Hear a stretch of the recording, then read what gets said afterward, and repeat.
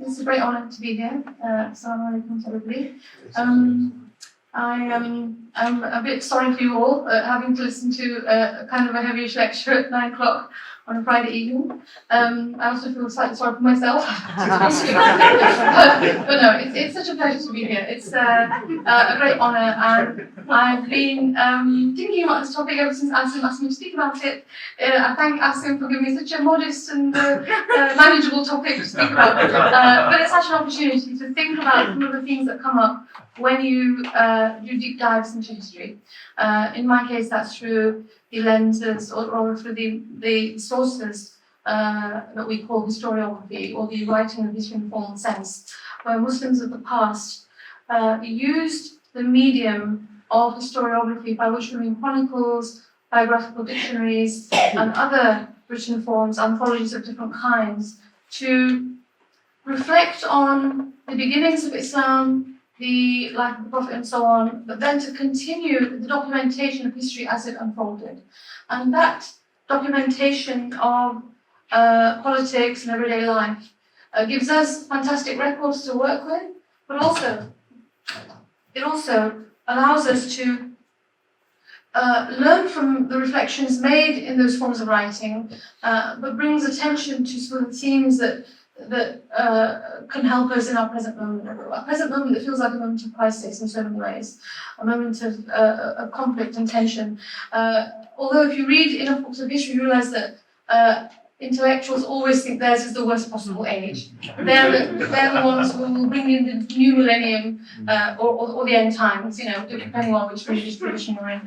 So the topic today is about the ways in which power functioned, and I know that's a really broad topic, so forgive me if it sounds a bit sweeping. I'm going to try and distill it into a few kind of themes, which I hope will give us some ideas to reflect on.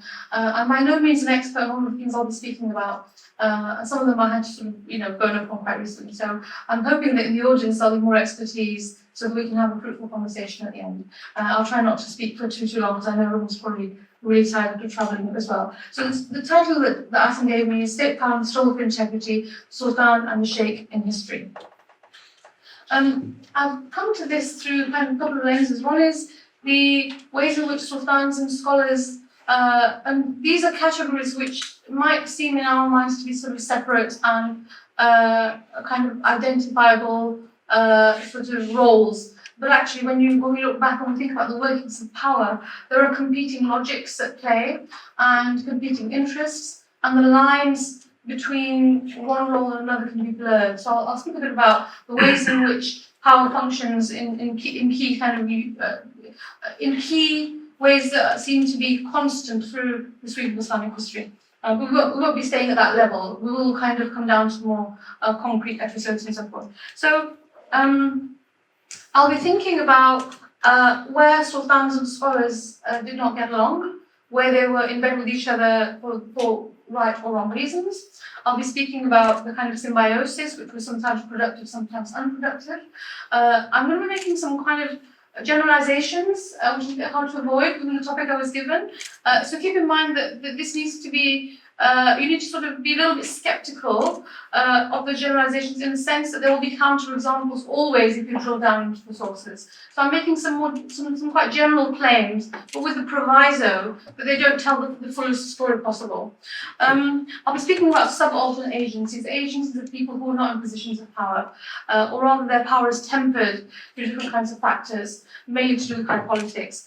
I'll be speaking about the kinds of source materials we can draw on to think about how kind of who was able to transform society in key ways, who was able to make meaningful change through the impetus for welfare, the impetus for improving people's lives, improving their access to education, improving their literacies, their economic situations. These are imperatives which are run from the tradition, they're almost backward in many ways of Islamic tradition. So where is it that we see sultans or scholars pursuing those goals, or where do we see them undermining those goals? So we'll be speaking about that. Part of the problem we have when we try to think about subaltern or kind of agencies or activities of people who are not in positions of power is that we have very little source material. So one of the key problems that we currently have is that our sources are very elite, they're top-down. They are written sources written by people who are in positions of at least some form of power, court historians, people with access to a voice in writing. Nevertheless, even elite sources tell us a story that can be quite rich in information about how ordinary people lived. So we have quite a lot to go on, despite the kind of top-down nature of a lot of the sources. The focus will partly be on justice, partly because that's something which everyone recognises as being a central imperative in Islam and in other traditions, and partly because it's also on our minds very much daily as we watch the news. Of course, justice is never far from any of our minds, but it's particularly acute at the moment when we see our own institutions and their norms and values being exposed as hollow, as kind of we see a kind of a new drive towards supporting imperial, wars and that sort of thing. So I think that justice is very much our mind. So I've been thinking a bit about changing modes of justice through Islamic history, particularly the Mamluk period where I've done a lot of my work. The Mamluk period went from about 1250 to 1517, if that helps to situate it. I'll be speaking a little bit about the ways in which ulama and sultans both cooperated and competed with each other in finding ways to have the upper hand in the realm of justice. And sometimes it worked well for ordinary people, other times it led to forms of oppression. But ultimately, if there's a through line to this lecture, that through line is that high politics is not the salient form of leadership if you consider leadership to be the betterment of community. And high politics is, of course, it shapes society, it guides society, it gives society a shape, but it's not where the most meaningful work happens. And in that context, I would say that the leadership that I'm speaking about is the leadership that organises social betterment. And that form of leadership really is devolved away from sultanic conduct and behaviour, even though they provide in some ways some of the infrastructure that makes that social activism possible. So part of the discussion is about how ulama do and don't contribute to the public sphere and public activities of philanthropy and so on, but also really about the ways in which people mobilise to achieve their aims, with or without support from higher politics. And I kind of then reflect at the end on really where that leaves us. And if we look at the kind of variegated picture I'm going to draw of people contributing to the public good in various kinds of ways, despite their conditions, where does that leave us in our own moment of crisis in terms of how we can use our resources in organised ways?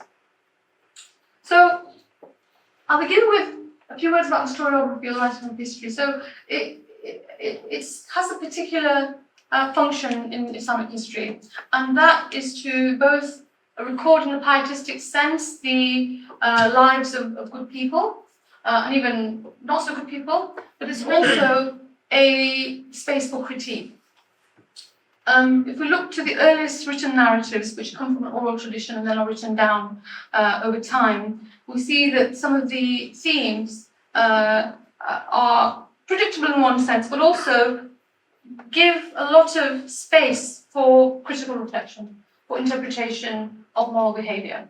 So some of the themes that are written in the earliest written sources on history are, of course, like the Prophet, peace be upon him, his companions, including their genealogies, their family histories. But then we move on to, and many historians would recount early history as part of the kind of universal chronicle writing, speak about the conquests, which immediately raises ethical questions around what are conquests for, and then questions around the treatment of those who were conquered, whether the conquest was by force or by treaty.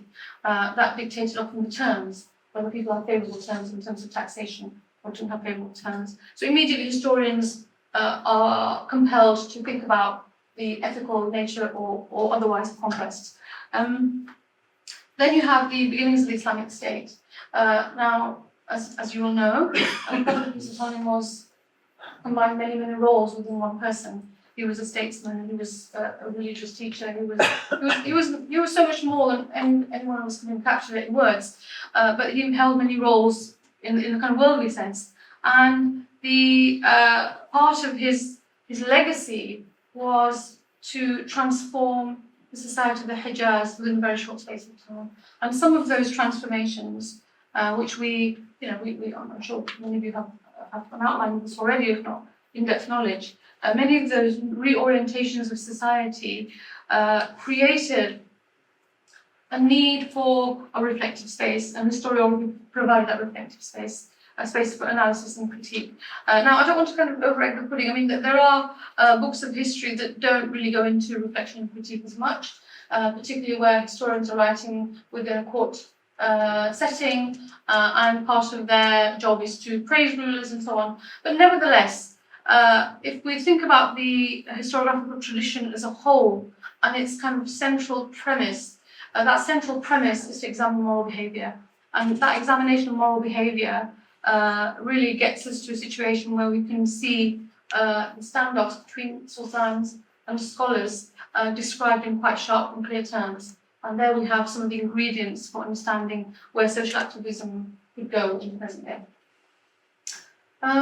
Okay, so part of the issue that the early historians dealt with was what would happen to leadership after the death of the Prophet, peace be upon him, because prophecy has ended. What then comes next?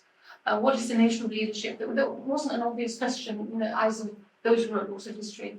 The caliphate that came into being, and of course it's not the only model for Shi'is, the imamate is their preferred understanding of how leadership should look. The caliphate model did not contain extremely detailed rules on how society should be governed. This was worked out over time. And Bahmani has an interesting article where he talks about the fact that, yes, the expectation is that the ruler will organize the state, will be in charge of security, will have some administration, will be in charge of public finances and so on. But principles, for example, the idea that the caliph is responsible for justice, these were inferred over time. They were not set out in a manual as such. Yes, you have, of course, religious sources, the Quran, the Hadith, the interpretive traditions, but nevertheless, when it came to embodying that in the form of the caliphate, this had to be extrapolated. It wasn't there as a blueprint. Now, the caliphate, you may know, moved quickly from an absolute form of power to a kind of negotiated form of power within a century or so, a few centuries after the death of the Prophet, and you had sultans. Now, the key difference between the sultan and the caliph is that a caliph has more religious authority. A sultan does not. But there's an analogy between them because neither a sultan nor a caliph answered to a higher power. And in that sense, their power is somewhat absolute. It's sort of untrammeled, at least in theory. When we look in practice, there are limits to what sultans can do. And part of the challenge to the sultanic power comes in the form of historians, the ulama in particular, breaking that connection or undermining the connection between their authority or their power and their legitimacy. And that undermining of legitimacy comes through critique of their moral behaviour. So one of the flashpoints in the tensions between caliphs and ulama is the Mihna. Some of you may know that episode quite well. It's when Al-Ma'mun, the Abbas caliph, he wanted to, he was a broad-minded person, he was very interested in ideas, very learned in his own way. He wanted to the caliphs to control religious doctrine, to set the key ideas of the day in terms of religious dogma. And he, just a few months before his death, he set up a system of questioning of scholars on the particular issue of the creativeness of the Quran. The key point being that he wanted to push the idea that the Quran is created and therefore a historical document rather than a timeless and a non-contingent text. This standoff, I mean, I'm not going to go into the detail of it, lasted for 15 years, so his successors carried on the policy half-heartedly, and eventually many scholars were questioned, 300s over the course of the 15 years. the upshot of this whole process of caliphs trying to control doctrine was that they had to give up the policy. They gave up the policy because they understood that it could not work. You cannot have religious scholars being dictated, or their doctrine, religious doctrine being dictated by a caliph. And so this was one moment in history where the ulama were able to take a stance and stick to it, even though it was painful for them. Many ulama were imprisoned or flogged or beaten. We don't know that anyone lost their lives specifically to the mehna, but it's possible that some of them, in a secondary sense, were oppressed enough and didn't live very long afterwards. So the verdict of scholars then, who wrote about it, and also scholars now, is that the mehna did not succeed in allowing caliphs to dictate matters of religious doctrine. So that's one moment in history that kind of crystallizes some of the tensions that were previously brewing between ulama and caliphs.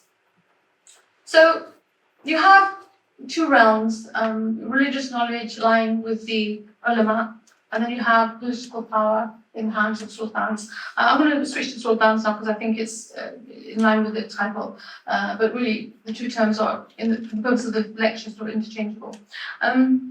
So these two forms of power work together at times, don't work together at other times. Where does that leave ordinary people? Where do they have a voice in the political process? So it's interesting because a lot of Islamic political thinkers of the medieval period, they did reflect on the duties of caliphs, the responsibilities of sultans, the ways in which they kind of need to work towards the betterment of the community. And a new book that's coming out, which I haven't read, I've just read extracts, looks at 5 different political thinkers, including Mawardi, including Ibn Khaldun. And he comes to the conclusion that there are different kind of ways in which you can categorize Islamic political theory, and particularly if you read it in a religious sense.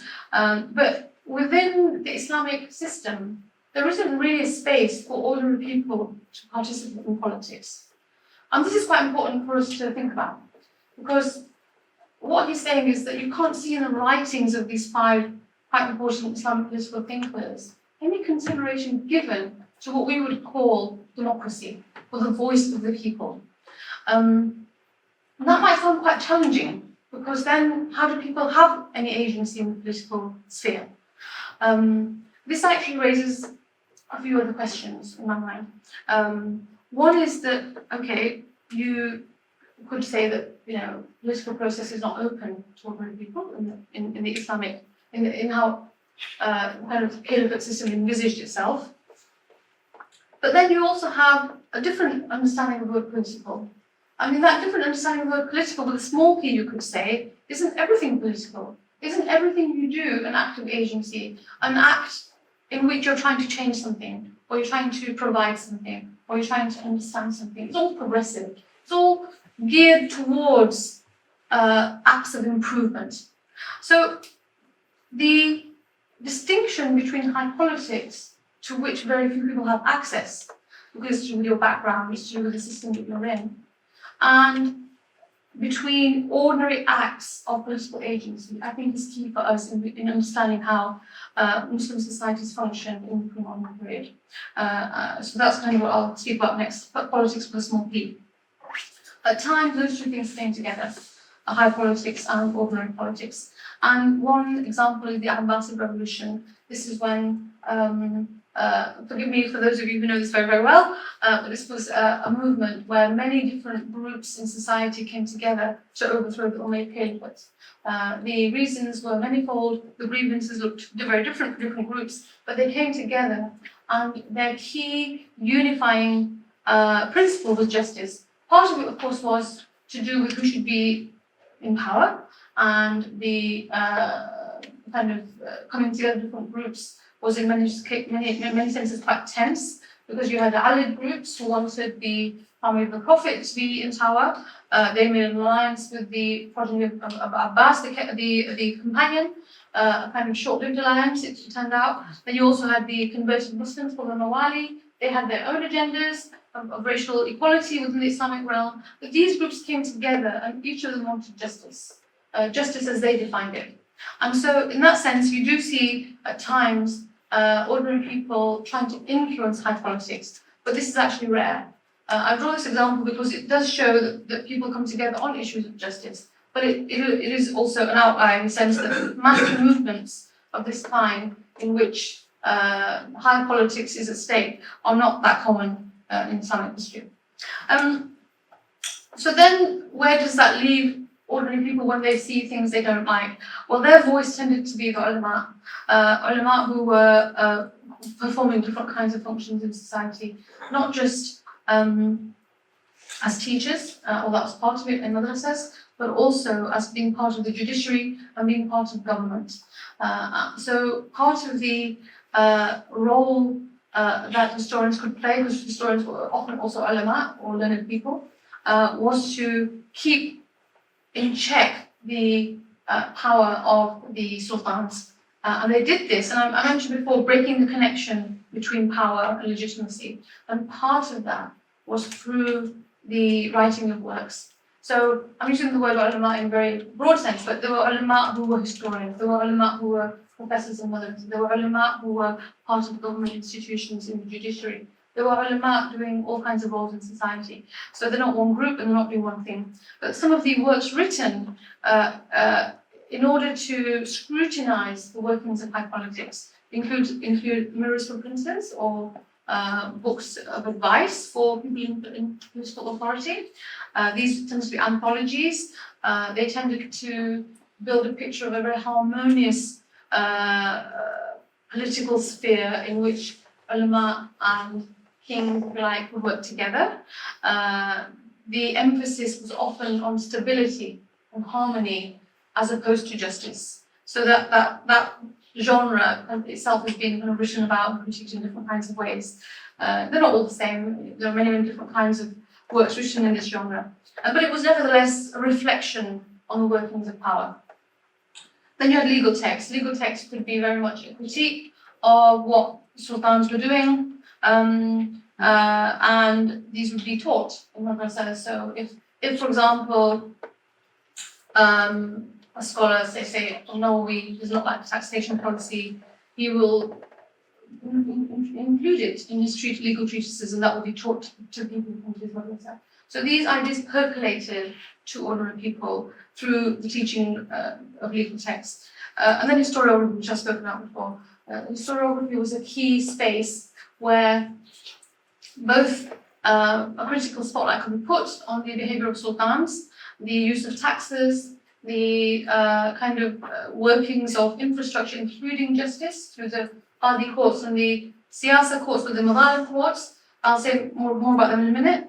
And the historians had a keen sense of justice baked into their approach to history. Not every historian did this, but some of the more forensic historians, and Maqrizi is one of them, Ibn al-Furat, one I worked on quite closely, is one of them. They would provide day-to-day accounts of what the sultans were up to. Not just sultans, military commanders, emirs, people with political power. And this day-to-day commentary would be about where they did things well or where they did things very badly, where they were using public money badly, where they were wronging people, where the court system was failing ordinary people. So historiography was a space where there was a chance to think about what was going wrong and where things should be done better. Because the ulama who wrote them would often have commentary on what should be changed in the way that these institutions of the state were being run. You have biographical dictionaries which tell the story of individuals, but the kind of outcome of this whole form of literature is to give a sense of what morally exemplary behavior looks like, and then of course what isn't that. In other words, you can extrapolate the opposite as well. Then you have hagiography, the stories of saints, which, as you can imagine, were there to give people examples of extremely saintly behavior. So some of these genres are forms of discursive dissent. So when we think about sultans and they're not being answerable to higher authority, of course notionally God, but not really anybody in the world, we also need to think that that's just one way of looking at it. another way of looking at it is that they are constantly under a discursive critical spotlight. And that critical spotlight was unrelenting. Now, does it mean that they were responsive to these forms of critique? Not necessarily. In fact, some were emboldened to be even more extreme because they, even though they knew they had their critics, and they would do quite, I would say, risky things to kind of silence their critics. So I'll give you an example. Sultan Qaitbay, they were in a position where the qadis of this state were not doing their bidding. So what did they do? They dispensed with them, and they said, we will make our personal courts of justice, the Mazalim courts, where political justice was carried out. It's not really political justice, but it's called the Siyasa court. In the Siyasa courts, what happened? Ordinary people would bring their grievances directly to the Sultan, bypassing the Qadi courts. When did that happen? That usually happened when the grievance was against an official, or when the evidence that would be required in the Qadi courts might not be enough to convict someone of abuse or oppression. And so the sultans did have their own courts of justice. Sultan Qaitbay decided that they would be the sole dispensers of justice in their realm. And so they bypassed the whole Qadi system for some years. What did that mean? It meant that some people got much better justice because it was quicker, but it also meant there was huge abuses of power. So we have within the kind of relationship between sultans and scholars quite a lot of different permutations of relationship, certain level of interdependence, but also certain deep down quite a lot of tension as well. So some examples of historians directly criticizing leaders come from surprising places. So you have Abdurrahman ibn Khaldun. I'm sure most of you have heard his name. He was a tremendously broad thinker who gives us so much to think about when we consider what he contributes even to our modern disciplines of sociology and historiography. So a really original thinker. And he was one of those people who reflected very explicitly on history and historiography and writing of history. And his student was Maqrizi. Maqrizi lived also in Mamluk Egypt, and he wrote amazingly detailed books on the history of Egypt and other countries also, but deep reflections on how cities were built up, the archaeology of these places, these cities of Egypt, and the topography. But he would use those archaeological discussions to digress into people and their lives, the lives of institutions of the city. So with these two thinkers, you see quite contrasting modes of critical commentary. Ibn Khaldun was a very original thinker. He actually is quite soft on caliphs and sultans. The caliph by his time is just symbolic. The sultans of his day, he is quite soft on them. Why? Because despite his intellectual prowess and his the depth of his thought, he also needs to be patronized. He needs good jobs. He needs to be looked after financially, his mortgage, yeah. So he isn't particularly, he doesn't apply the same level of thinking that he offers in his theory to his concrete work of historiography. Maqrizi, on the other hand, he pulls no punches. He spends much of his scholarly life producing incredibly original treatises on very obscure subjects, including magic, including obscure kind of cities and places. But he also writes a 3-volume history of Egypt in which he basically unpacks every single sultan's behavior morally. It's quite a read. And so that's the kind of level of scrutiny that sultans could expect. And because he's not in pay of the government, there's nothing the sultan can do about someone like Maqrizi. He's part of the ulama class. They have their own agency, they have their own support systems, they have their own spaces where they teach and preach. And in that sense, they're untouchable. So the sultans can do a lot to interfere with the judiciary. They can do a lot to set up even new courts. For example, the Dar al-Adls that were created for sultanic courts. Sultans can do that kind of thing. But can they interfere with the work of their critics who are not in their pay? That was much more challenging. I mentioned some interdependence. So if we want to kind of think of examples of that, we can actually, before I get to that, I want to give you some examples of where scholars were openly critical of sultans. So, and it really begs the question: where does justice lie? I mean, is it in the works of legal scholars, or is it in the courts?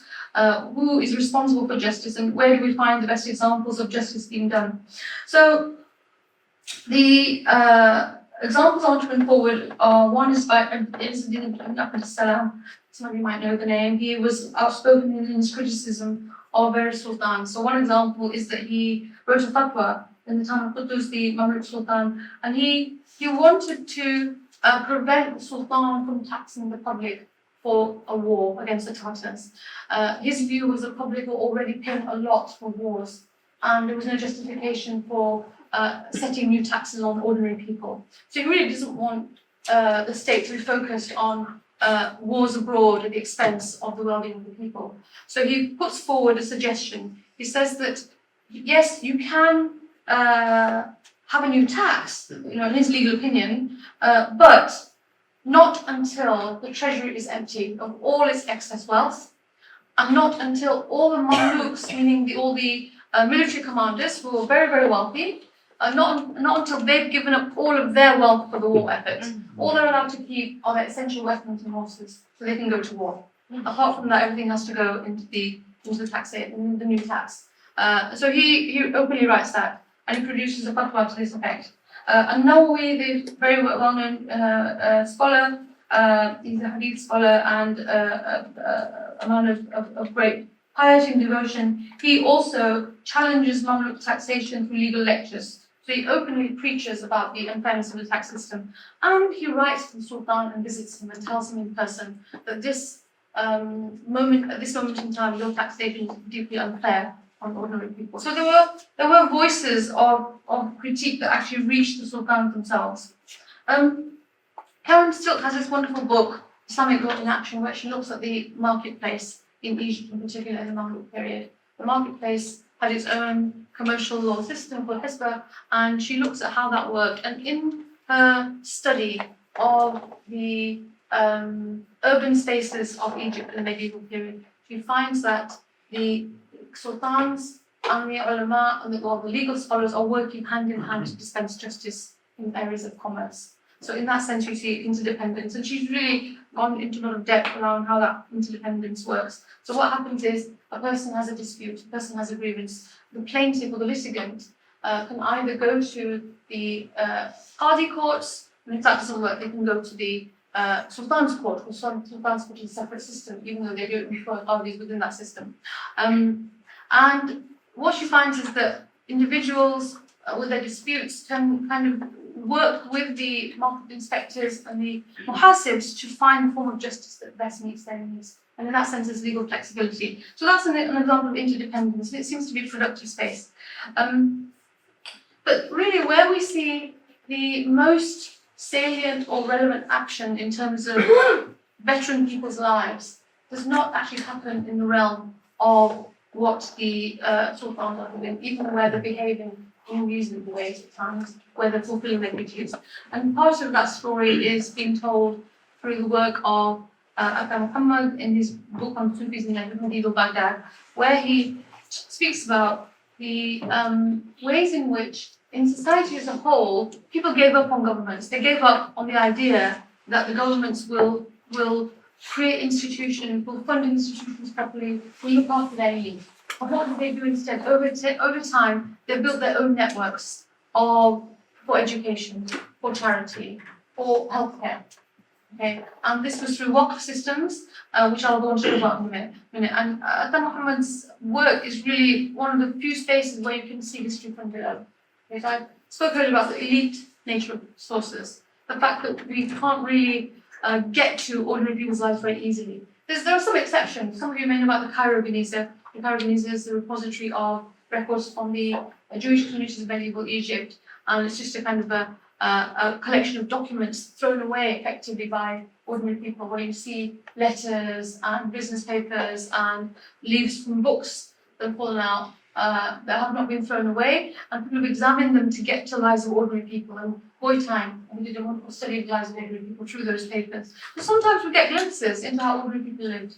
It's actually quite rare to get well-evidenced glimpses into how ordinary people live. But Atta Muhammad has looked into biographical dictionaries, he has looked into warfare documents or endowment deeds to try to get an understanding of how ordinary people fill the gap left by institutions and by state power. And that's really the theme of the rest of my lecture. On the challenges that would be faced by people at large in trying to better themselves and better the lives of their neighbours or their communities, there certainly are issues for them to deal with. So Atta Muhammad's book, and he, by the way, students of mine and now a lecturer in Pakistan, wonderful academic, he finds that what he's trying to do in the book is he's trying to show that the idea that sultans determine the direction of society through this untrammeled or unrestricted power is a trope. He sees it as an Orientalist trope which should be debunked because society was much more productive than that idea would suggest. Where does he find that productiveness? He finds that productiveness in the workings of what he calls a Muslim public sphere. I'll come to that in a minute. Now, having agreed with this book in a general sense, I do think that the way in which the chronicles describe sultanic behaviour does give rise to an understanding of the sultanic office or the role as being overly powerful, overly deterministic of what people can and can't do. But so people had to work against that extremely overpowering system in order to achieve their aims. And there is, I said, a system of accountability through writing, but nevertheless, the office itself could be indicative of a social problem of a hierarchical society. How do people work against that hierarchy? That's really what I'm interested in. So, what can people do? There are boundaries of gender, boundaries of locality, boundaries of, you could say, class or status, which can limit people's ability to help themselves and help others. But what we find is that despite the hierarchical nature of society, despite the inequality of wealth, despite the limits on people's ordinary capability of self-determination, there was the development of a sphere, a public sphere, as Atta Muhammad calls it, in which sultans, not in their role as sultans, and ulama, in their different guises, would actually come together to create institutions where the public good could be supported.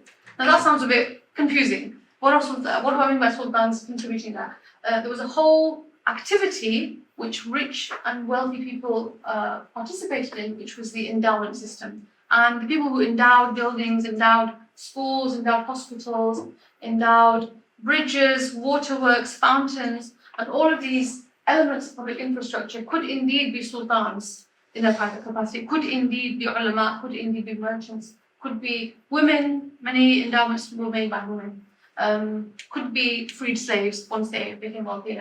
So the endowment system was a way for people from many walks of life to come together and to support a functioning society. So that kind of historical work, or sort of academic work on the public sphere has been kind of in development for some time. So I've got a couple of examples of works produced, and these are just blurbs from those books. I'm going to just sort of draw attention to some of the features of this work. So pre-modern Muslim societies have diverse and changing varieties of public spheres, which are constructed according to premises different from those of Western societies. So when we say public sphere, we're not just speaking about the public sphere of Habermas, which is a space for discussion, a discursive sphere. We're speaking about a sphere of activism. Okay, activism in the sense of people taking up the responsibility of feeding the poor, taking up the responsibility of addressing grievances, taking up the responsibility of looking after the sick and the wounded. So if the state doesn't do this properly, who's going to do this fine work? Who's going to be, who takes the responsibility of creating sustainable systems to do this kind of work? And that's where the endowment system comes in.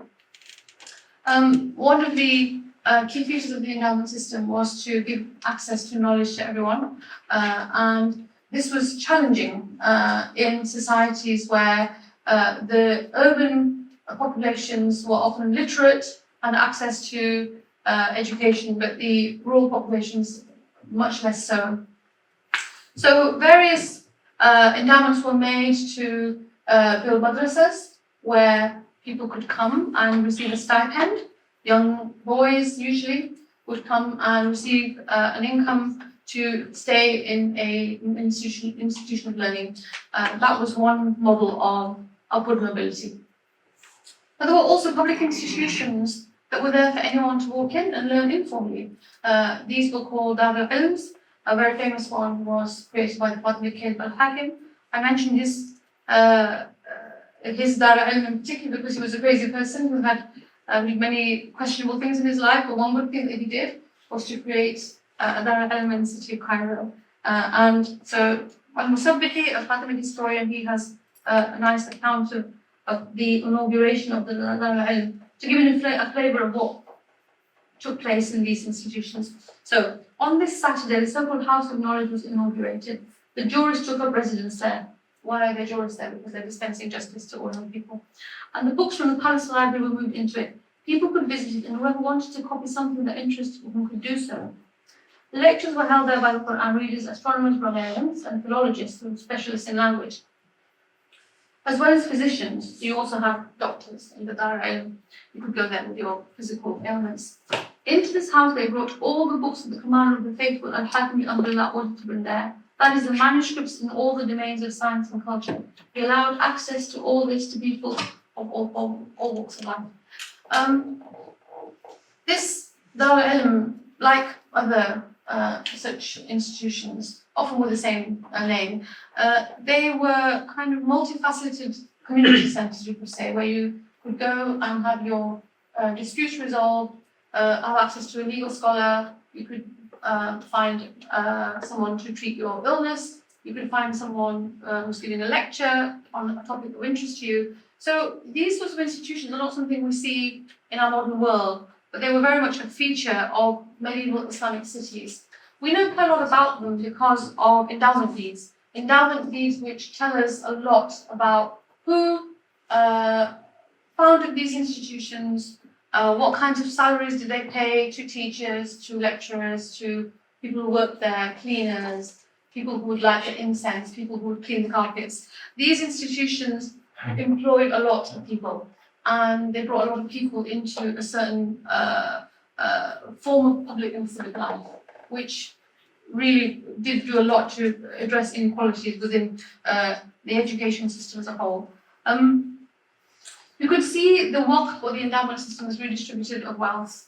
Part of the kind of logic of the endowment was to, yes, create a charitable institution that would give you perpetual rewards and give perpetual benefits to its beneficiaries.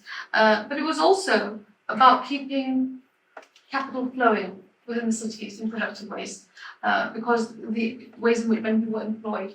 A Waqf would typically have an income generating arm. So you could have a bathhouse where people would be funded by, say, a shop that was next door. The shop would generate income, and that income would be put into the bathhouse. People could wash themselves, things like that. So some of the key aims of the Waqfs were to build institutions that had a religious function, so mosques, madrasas, and so on, often with real estate to provide income. Then you had purely philanthropic institutions, so but also public infrastructure, so libraries, wells, bridges, education institutions, health services, care of animals and environment. These were often funded not by central government, but through Waqfs. And you see here a pattern that Waqfs are seen as a substitute, or can be seen as a substitute for missing state capacity. Now, missing state capacity assumes that governments or sultans agree that these things are within their responsibility. We actually don't have any clear picture that the sultans actually saw these things as their responsibility. Rather, the movement from below almost allows them to sidestep that responsibility. Then you had activities that were very much about the alleviation of poverty, soup kitchens, places where you could get a temporary grant of money to avert a crisis, things like that. So these endowments were quite profound in their impact in the economic landscape. They allowed ordinary people to redistribute wealth, not just ordinary people from all sectors of society to redistribute wealth in ways that even, the zakat system is supposed to do that. Your kind of economic system as a whole is meant to be fair. It's meant to be transparent. It's meant to be meant to build equity so that nobody's left behind. But of course, centralized power did not fulfill its responsibilities, and that's where the Waqf system played an immensely important role. And the Waqf, because of its nature, because it cannot be dissolved as a legal instrument, it meant it was in theory and in practice usually able to provide perpetual benefits, and so it became a perpetual form of activism, a long-standing form of activism for the people who were involved in it, because typically your Waqf would have an administrator, would have a number of staff members who would keep the Waqf in good shape or the institution in good shape. I have here an extract from Ibn al-Qurat where he's speaking about an elementary school that was endowed, and he says that Al-Mansur Qalawun, the Sultan, he appointed in the Maktab or elementary school 2 scholars, faqirs, to teach 60 orphan children the book of God, the Quran. He gave them an appropriate salary and food rations for each of them 30 dirhams a month as salary and 38 pounds of bread a day, in addition to a garment in the winter and a garment in the summer, and the same amount of food and garments were given to the orphan children. This is just very, one of many millions of examples you can find in the Chronicles, where you see exactly how the income from a Waqf is meant to be broken down. They went into that level of detail because these were legal documents meant to distribute wealth in an ethical and forward-thinking way, to kind of preempt any future issues by making sure that everybody involved in that institution was looked after by in its founding documents. So they worked out the detail very, very carefully. And we have many Waqfiyas which can be examined to give us an insight into history from, if not history from below, then at least a form of history from below, because you can at least see what the intention is of the Waqf for the person making the endowment. Women were often highly involved in the Waqf world by making their own endowments. This is testament to the fact that women often had excess wealth in ways that was not normal in the pre-modern world, at least not in ways that were kind of present in different strata of society. So we have different scholars who have historians who've had a look at exactly how involved women were in the Waqf system. We have Jennings' work on Ottoman Jerusalem, where he sees extensive evidence of women making religious endowments, so religious endowments meaning of mosques, of khanqahs, or Sufi lodges, madrasas, and so forth. Then you have Berkey and Petrie separately finding women involved in both education and endowments in Mamluk Egypt. And you have Humphrey's work on the patronage of religious buildings in Ayyubid, Damascus, where he finds that women underwrote or funded 26 of 160 new religious or charitable institutions between 1174 and 1260 CE. So that's quite a reasonable number of large-scale institutions being funded by women.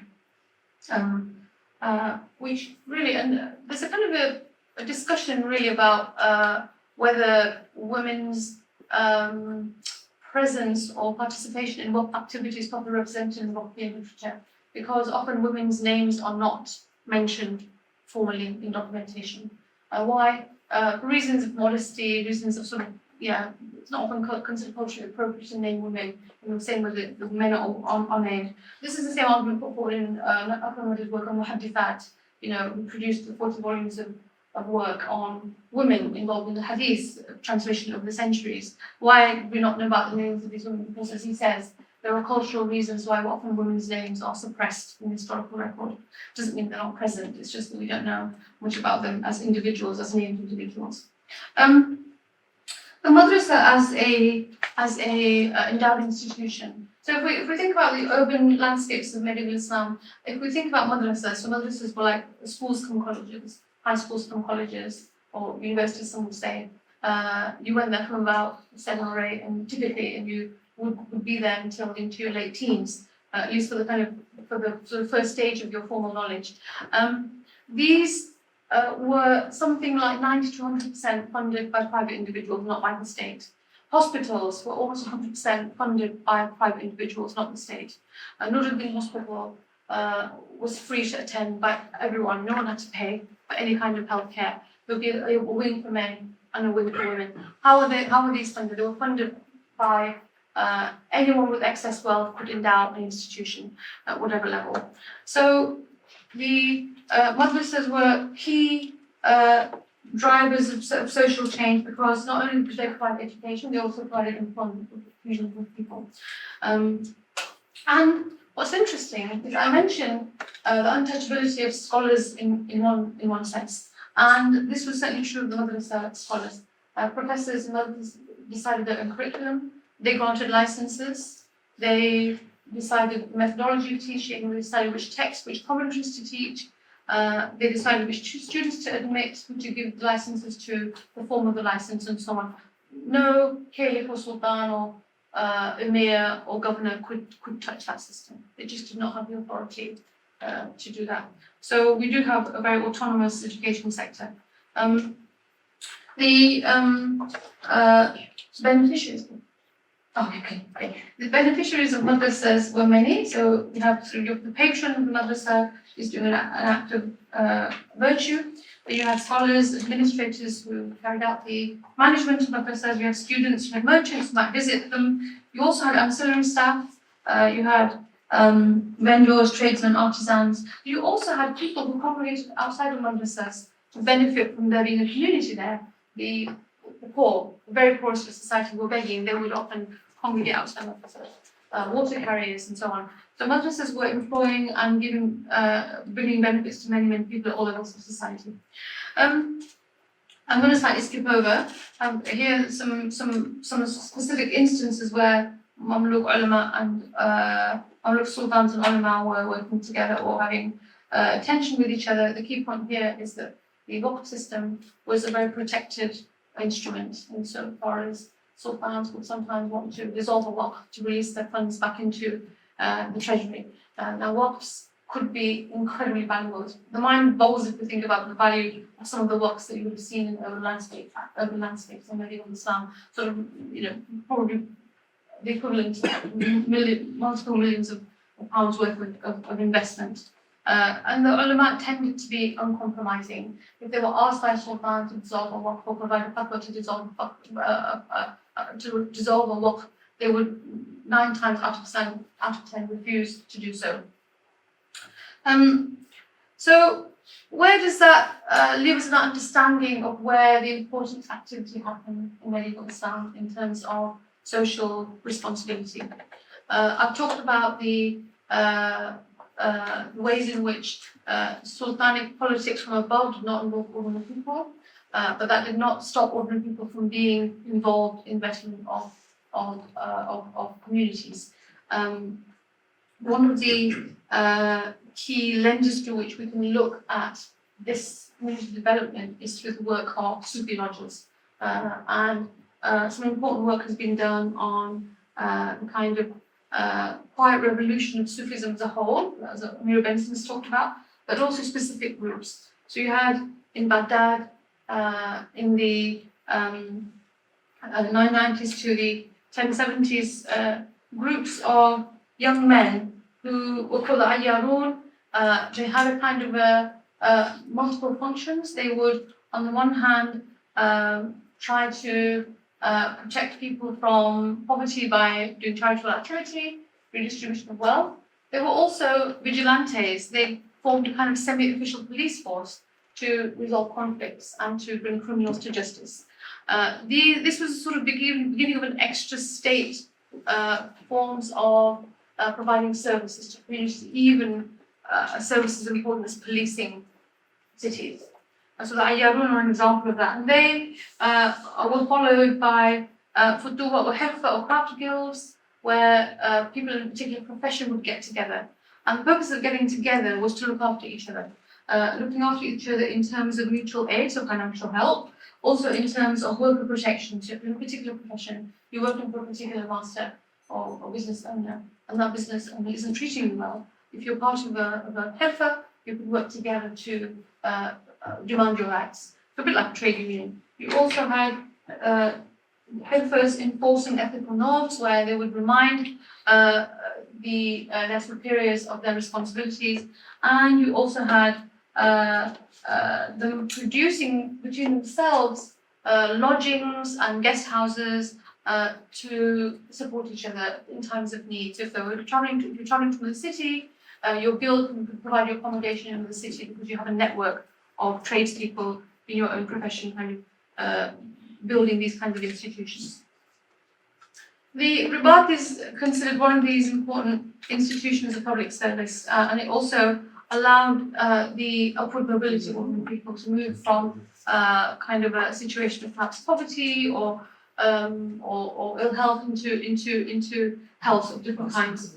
I'll slightly skip over, but one thing to say about the Ribat is that there were spaces where things like gender and ethnicity and social status mattered a lot less than they did in other institutions. So Mary Benson's done some interesting work on some of the Ribats of the West, of the Islamic West, and so in North Africa, and she found that the Ribat as an institution that became a Sufi institution over time was somewhere where your formal learning didn't matter as far as your participation in the institution was concerned. You were there, you were welcome there if you had a need, and because all people of all walks of life were welcome there, they became involved in the educational services provided in these Ribats, which was often Sufi education or attaching yourself to a Sufi leader, and that was a form of empowerment that she's called part of the quiet revolution of Sufism in the Islamic West. So the key points I wanted to emphasize today, and forgive me for slightly going at speed, I'm just realizing the time of day it is, I'm sure you all want to get to bed soon. Part of the point of the reflections I'm offering today was to think about social activism and not being dependent on or even located in higher politics. Sultanic politics, but even levels below that, governors, emirs, and so on. But rather, social activism happens in a quite different way. It happens through institutions that are built from the ground up, that bypass the political system altogether, which is already not available to ordinary people in key ways. The commitment to build institutions, to heal the sick, to provide education to people of all walks of life, and to provide justice and resolve conflicts. Those institutions, through WAPs, became intergenerational projects. They became projects where if you were part of a family and devoted wealth to this kind of work, you wanted to keep it going. You wanted to see it come to fruition through the generations. So this was kind of an intergenerational moral commitment. So I'm sorry about the size of this font on this slide. Some of my conclusions are that we have the ulama, different kinds of ulama, playing a discursive, legal, and social role in activism. That was part of the moral commitment. You have also their role in enforcing the accountability of sultans and the judiciary, and the role they played in redistributing wealth and maintaining a moral critique within society. So the work of ulama in their legal writings, in their Friday sermons, in their writing of fatwa, in their teaching, all of these were spaces for dissent, of critique, and of projecting ideals of behaviour. And what should sultans be doing that's different from what they do now? Where is the judiciary not meeting the needs of the people? Where are we seeing corruption? And what are the imperatives that people should be following to improve their own lives and the lives of others? If we were to extract a kind of a prevailing attitude, it's that the struggle for justice is never over. It's not that you're going to one day wake up and think, okay, we've achieved justice, but rather the struggle is the point. And that idea that the struggle for justice is the point you see as a running thread through a lot of the historiographical critique of the modern period in particular. And I think it has instructed for us today that the point is the effort, that we don't stop making the effort to achieve justice and equity. Enslaved people, women, minorities, all of these groups had legal rights which could be obtained through the Qadi system, Hisba, military courts, Madhalim courts, and so on, through the Sharia framework, and yet injustices were very rife. And the ulama were very keenly aware of this, and that's why they took it upon themselves to provide different forms of justice within Rubats and Khalfas and so forth, and in public spaces. There is, in historiography, and I mentioned this at the very beginning, a sense that the world is in crisis. I'm sure we can relate to this very deeply. A sense that the world is in crisis, some things have never been as bad as they are now, the end of time is near. What do we do in this moment of crisis to do what we can as quickly as we can before we're accountable to God? And that kind of millennial thinking, we call it, or end of times thinking, pushed a lot of kind of the urgency of some of this work in being a substitute for the social services that should be provided by the state, which in the end are provided by people at different levels of society, not connected to the state. And the question I have is that at the time, in the times I've spoken about, the ulama are critical or articulating the need for justice and for equity, and they're also critical in providing forms of justice and equity through their different forms of activism. What will be our equivalent today? Well, of course, we have ulama, and we benefit from their work the whole time. But do we have them in numbers, and do we have them empowered in the way that they were in the past? So that's, I think, a question we can reflect on. I guess what I would end with is that social and political activism and political small p is locatable in every echelon of society, in the Mamluk realm, the Fatimid realm, in some of the realms of, in some of the eras of history in which chronicles were written, and they tend to be outside of the area of formal politics. And I think that's something we're talking about today. I have got a few reflections on the winter gathering questions that we've had. Should we keep them up? I'll just leave them there, because I don't think I'm interested in the just ideas. So, Yeah. Yeah, I'll leave it there. Thank you very much. Thank you so much.